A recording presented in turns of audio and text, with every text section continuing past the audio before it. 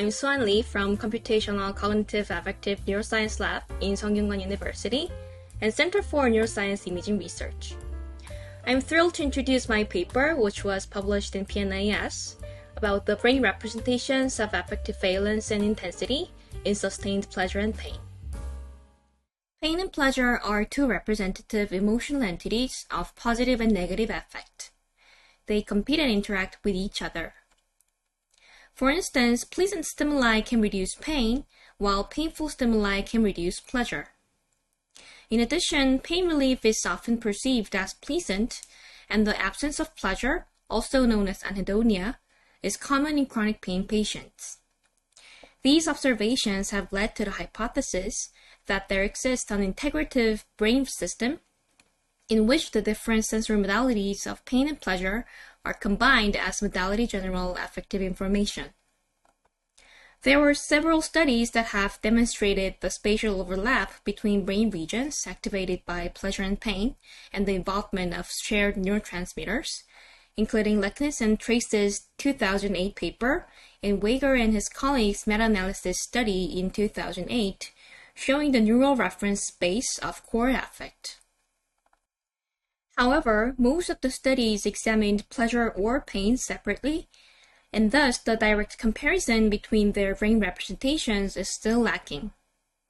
More importantly, we need to go beyond the findings of simple colocalization of brain activations or neurotransmitter circuits to understand the detailed affective codes in the brain. So in this study, we aimed to identify the brain representations of general affective codes that are shared across sustained pleasure and pain by using fMRI. We hypothesized two possibilities for the general affective dimensions. First, the brain can represent affective valence, which ranges from negative to positive on a hedonic continuum, where pain and pleasure show a marked difference. Second, the brain can represent affective intensity, which ranges from weak to strong, reflecting the magnitudes of positive and negative feelings. To examine the brain representations of the affective valence and intensity across sustained pleasure and pain, we used an axiomatic approach as follows. Based on axiom 1, we aimed to find the overlapping brain regions that have information of both pleasure and pain by using an approach called information mapping. And based on axioms 2 and 3, we aimed to test whether we can predict our hypothesized affective valence and intensity information from the activity patterns of the overlapping brain regions by using the predictive modeling approach.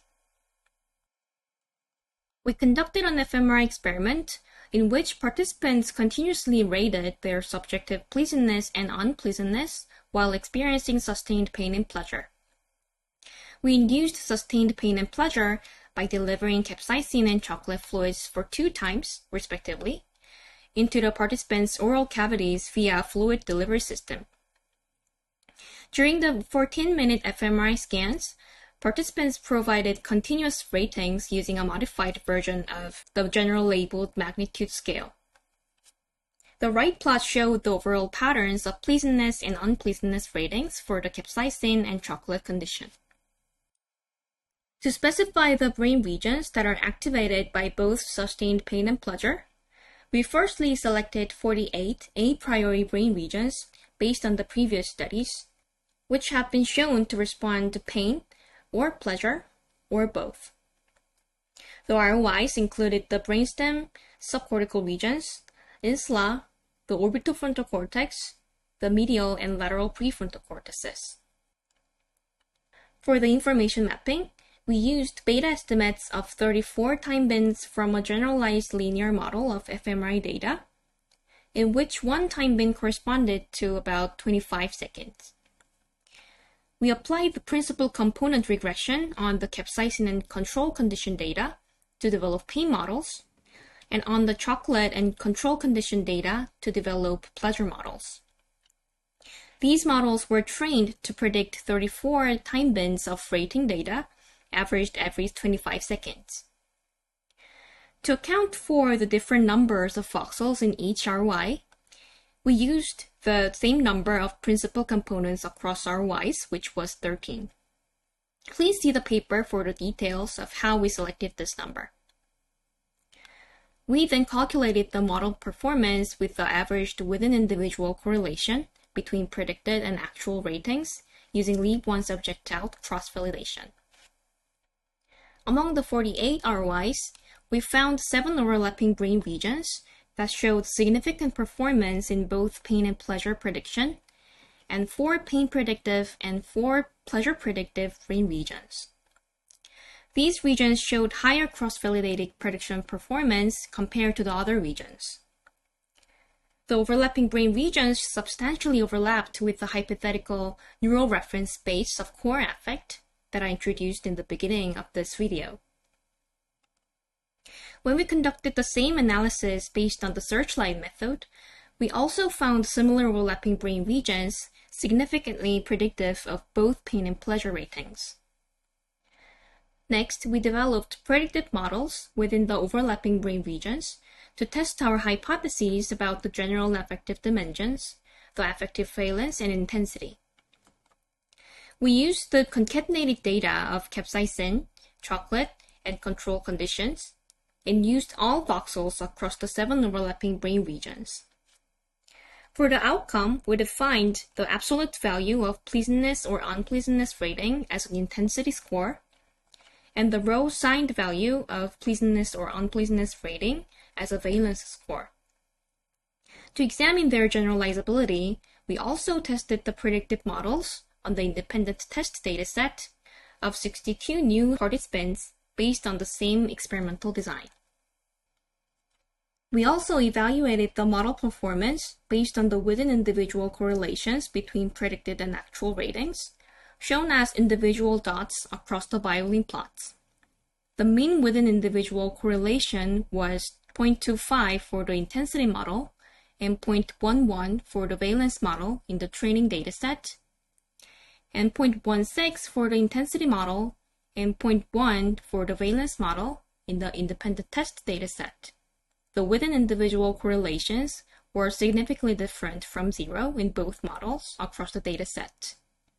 When we examined the pattern expression values of these models, calculated as the dot product of vectorized brain activity with predictive weights, they showed fluctuations in the same direction with the hypothesized trajectories of affective intensity and valence.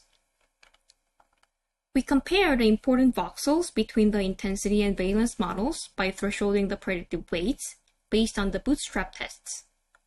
What's interesting here is that the spatial patterns of intensity and valence predicted weights were largely non-overlapping, suggesting that distinct subpopulations of voxels within the 7 brain regions were important for decoding affective valence versus intensity information. To clearly see their non-overlapping spatial patterns, let's see the zoomed-in version of the important voxels without their signs. For example, there was a group of intensity predictive voxels in the bilateral ventral anterior insula, which has been known as the primary taste cortex and encoding the salience of visceral sensation. But there was also a group of valence predictive voxels in the right ventral anterior insula, mostly non-overlapping with the intensity predictive voxels. In the amygdala, the intensity predictive voxels were mainly located in the ventral part of the right basolateral amygdala and in the dorsal part of the left basolateral amygdala. In contrast, the valence predictive voxels were mainly located in the left centromedial and the right superficial amygdala. These were consistent with previous studies that the basolateral amygdala contains a population of neurons encoding valence general salience, whereas the centromedial and superficial amygdala regions are important for processing negative valence. Likewise, the posterior orbitofrontal cortex, ventromedial and dorsolateral prefrontal cortices also had spatially non-overlapping groups of voxels important for the intensity and valence. Lastly, we expanded our results of the locally distinct brain representations of affective intensity and valence to the context of the global functional brain networks. To this end, we extracted the pattern expression values of intensity and valence models based on the control condition data using cross-validated predictive weights. Using these pattern expression values as seeds, we obtained the whole brain functional connectivity map for each individual by calculating Pearson correlations between the seeds and voxel-wise activity time series. Then we visualized the voxels with significant positive connectivity across participants. The results showed that the predictive maps of intensity and valence were correlated with distinct large-scale brain networks. The positive connectivity of the intensity model was largely overlapping with the ventral attention network, while that of the valence model was largely overlapping with the limbic and default mode networks. This suggests that the affective intensity is closely related to salience processing, and the affective valence is closely related to the processing of modality general and subjective affective values. To summarize, we identified the overlapping brain regions that contain the information about sustained pleasure and pain. Based on these overlapping brain regions, we developed predictive models of affective valence and intensity, which demonstrated significant prediction performance in both training and independent test datasets. Moreover, the intensity and valence models were dissociable in their fine-grained spatial patterns of the thresholded weights, and they were associated with separate large-scale functional brain networks, the ventral attention network for the intensity model versus the limbic and default mode networks for the valence model. Overall, these results provide neuroimaging evidence of how the brain encodes pleasure and pain based on the general affective dimensions of valence and intensity. Thank you for watching this video and check out the paper for more details. If you have any questions, please don't hesitate to reach out to me or our corresponding authors, Dr. Jae-Joong Lee and Dr. Choong-Wan.